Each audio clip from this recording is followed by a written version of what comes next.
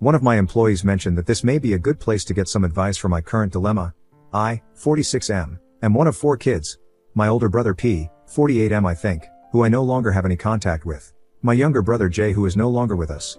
And my youngest sister K, 44F. Recently P's children, 2 girls and 1 boy, all in their late teens and early 20s, reached out to me and expressed a desire to have a relationship. I have zero contact with their father and swore that I would beat him black and blue if I ever saw him again. A little background. My oldest brother P was always the golden child.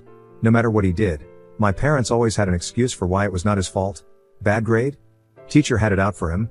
Cheating on every single one of his relationships? Good thing you did it to her before she did it to you. That one was my personal favorite. He also used to torment Jay and I constantly when we were smaller than him. Until in high school, when I hit a growth spurt and sprung up to about 6 feet 4 inches and 230 pounds worth of muscle. After that I became the typical jock type. Played football, partied, bunch of friends, etc.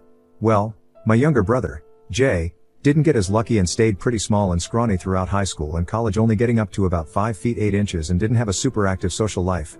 Despite the difference in our schooling experience, I was always very protective of Jay, especially since we were always having to put up with P's bullshit, which stopped once he realized I could pound him into the ground and not break a sweat, as he was also a lot smaller than me at only 5'10". Not much to say about K. She was a great younger sister and P didn't dare mess with her or he would incur the wrath of our mother. So, in the late 90s, Jay met his first real girlfriend, A, and was over the moon about her. He spent every spare moment with her, and when he wasn't with her, he would do nothing but gush about her. I had never seen him so happy. Well, one day, he comes to us, all smiles, and announces that A is pregnant and they are expecting. The mood quickly turned, however, when a week later it came out that A had been cheating on Jay for the duration of their relationship with our older brother P. This broke my brother, and of course P, being the golden shit that he is, didn't even get a disappointed glance from our parents. To this day I've never seen someone look so broken as Jay had looked the last time I saw him. I believe his heartache was only compounded by the fact that my parents basically told him to get over it and be happy for our brother. Well, about a week after this revelation came to light, Jay took his own life. I had never been so sad and angry at the same time in my entire life. Sad that I would never see my brother again, and the pure rage of knowing that this was my brother and parents' fault. During the funeral, P walked in with A and I saw red. Thankfully I had other family there to stop me from doing anything stupid. But I told P that if I ever saw him again, I would kill him. Shortly after that, I cut contact with 90% of my family, with the exception of K and a cousin I had always been close with, because everyone except them wanted to make excuses for my parents and P. Fast forward to present, I never had any kids, and truth be told, I never wanted any. I much prefer the role of the fun uncle. K met a great guy and had 2 daughters, who I absolutely adore. P had 2 more kids with A before cheating on her, shocker, and splitting, and I've never met any of them. My parents have tried to make contact a handful of times, but I always told them to kick rocks. So last week, I'm chatting with K's daughters, 19 and 17, and they mentioned that their cousins have wanted to meet me for a long time and were hoping I would be willing to meet them as well. I don't believe they know everything that transpired between their dad and I, but I would be lying if I said I never had any desire to meet them. So everyone, I'm hoping to crowdsource any ideas/suggestions on how I begin/maintain a relationship with P's kids while also keeping him and A out of my life. Any suggestions are welcome. Edit. One commenter just brought up a good point that kind of changes my question. The reason I wanted to meet with them soon is because they are all back in town at once from college due to COVID. But someone gave me the idea that maybe meeting them one at a time once they return to their college campuses/old living arrangements is the better option? Thoughts? Edit 2. I've had multiple people ask me why K still talks with the people I cut contact with, so I'll just copy/paste one of my replies here. Even though my sister was just as crushed about Jay's death as I was and was angry for a long time, she and her then boyfriend, future husband, hit a financial rough patch after graduating college and were forced to move in with our parents. Due to unrelated drama at the time, they couldn't stay with me. So my sister stayed with them for several years, and over that time their relationship improved, and even though I wasn't thrilled at the time, I understood. She still doesn't really have a relationship with P but is cordial if they meet. I don't blame her, because our parents did a lot for her and daughters love their cousins, so I didn't want to put her in that kind of position of choosing. More information provided by the OP. As much as I hate Pete and Anna and do still blame them for Jay's death, I'd like to think I have more class than to shit talk Pete to his kids. My decision to split from the rest of my family outside of Pete and my parents was also a very pragmatic one. As I started to make money, I kept getting more and more requests for handouts and favors, which was already weighing on my last nerve. After Jay's death, it just kind of hit a boiling point and I burned every bridge on the way out. I've had minimal contact with some of them over the year. Regarding my sister K, considering she was just as crushed about Jay's death as I was and was angry for a long time. She and her then boyfriend, future husband, hit a financial rough patch after graduating college and were forced to move in with our parents. Due to unrelated drama at the time, they couldn't stay with me. So my sister stayed with them for several years, and over that time their relationship improved, and even though I wasn't thrilled at the time, I understood.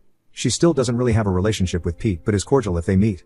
I don't blame her, because our parents did a lot for her and her daughters love their cousins, so I didn't want to put her in that kind of position of choosing.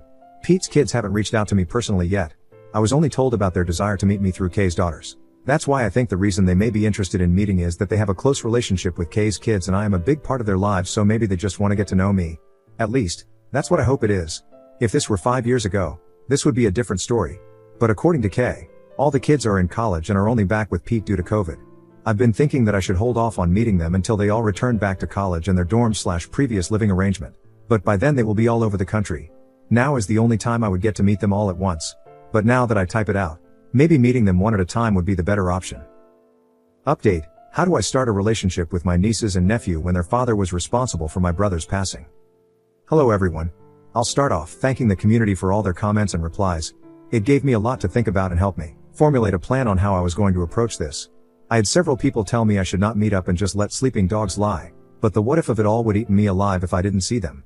Second, I wanted to answer a few questions/concerns that people brought up in my previous post. One of them was why I used letters to represent the people in my story and not just make up fake names. I mostly did this because I didn't want to confuse myself with fake names and then accidentally put the wrong name to represent someone's role/actions. I apologize if this makes it difficult to read.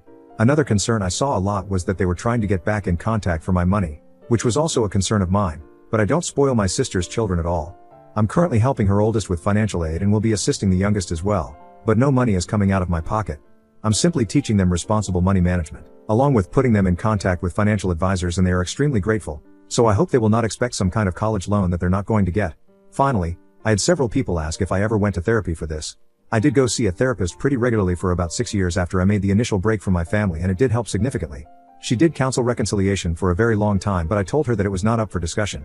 She also helped me see who else in my life were big problems and helped me make a semi-clean break from them as well. One of the not-so-clean breaks was the reason I was unable to take Kay in after she hit financial troubles and had to move back in with our parents. So, on to the update.